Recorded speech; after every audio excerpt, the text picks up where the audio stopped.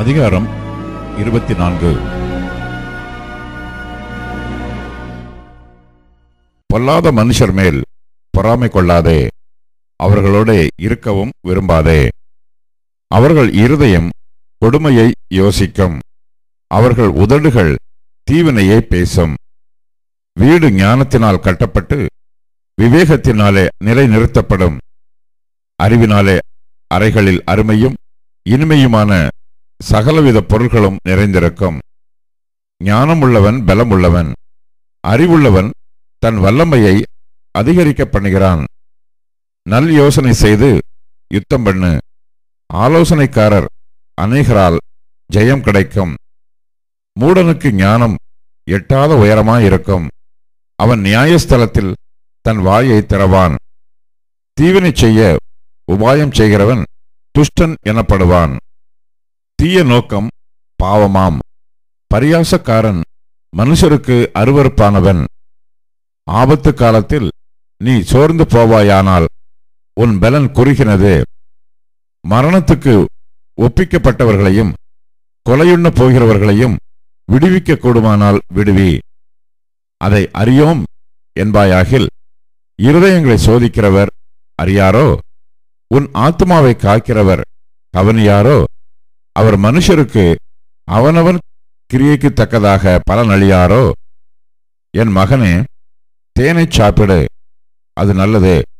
கூட்டிலிருந்து ஒழுகும் தேன் உன் வாய்க்கு இன்பமாயிருக்கும்.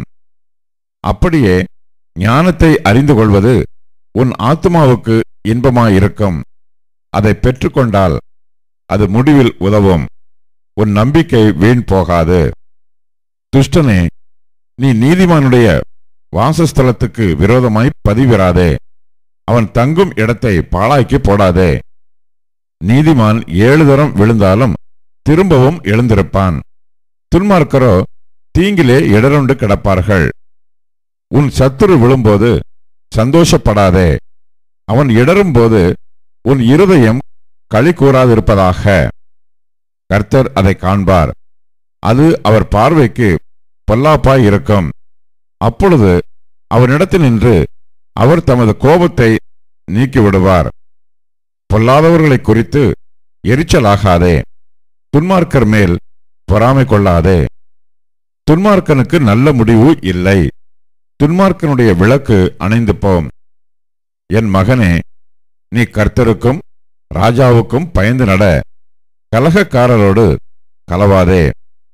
சடுதியில் அவருடைய ஆபத்து எழும்பும், அவர்கள் இருவரின் சங்காரத்தையும் அறிந்தவன் யார்? பின்னும் ஞானமுள்ளவர்களின் புத்திமதிகள் என்னவெனில், நியாயத்திலே முகத்தாட்சணியம் நல்லதல்ல. துன்மார்க்கனை பார்த்து நீதிமானாயிருக்கிறாய் என்று சொல்லுகிறவனை ஜனங்கள் சபிப்பார்கள், பிரஜைகள் அவனை வெறுப்பார்கள். அவனை கடிந்து கொள்ளுகிறவர்கள் மேல் பிரியமுண்டாகும், அவர்களுக்கு உத்தம ஆசீர்வாதம் கிடைக்கும். செம்மையான மறுமொழி சொல்லுகிறவன் உதடுகளை முத்தமுடுகிறவனுக்கு சமானம். வெளியில் உன் வேலையை எத்தனப்படுத்தி வயலில் அதை ஒழுங்காக்கி பின்பு உன் வீட்டை கட்டு. நியாயமின்றி பிறனுக்கு விரோதமாய் சாட்சியாக ஏற்படாதே. உன் உதடுகளினால் வஞ்சகம் பேசாதே. அவன் எனக்கு செய்த பிரகாரம் நானும் அவனுக்கு செய்வேன், அவன் செய்த செய்கைக்கு தக்கதாக நானும் அவனுக்கு சரி கட்டுவேன் என்று நீ சொல்லாதே. சோம்பேறியின் வயலையும் மதியீனனுடைய திராட்சை தோட்டத்தையும் கடந்து போனேன். இதோ, அதெல்லாம் முள்ளுக்காடாயிருந்தது, நிலத்தின் முகத்தை காஞ்சொறி மூடினது, அதன் கற்சுவர் இடிந்து கிடந்தது. அதை கண்டு சிந்தனை பண்ணினேன், அதை நோக்கி புத்தி அடைந்தேன். இன்னும் கொஞ்சம் உறங்கட்டும், இன்னும் கொஞ்சம் கை முடக்கிக் கொண்டு நித்திரை செய்யட்டும் என்பாயோ? உன் தரித்திரம் வழிப்போக்கனைப் போலும், உன் வறுமை ஆயுதமணிந்தவனைப் போலவும் வரும்.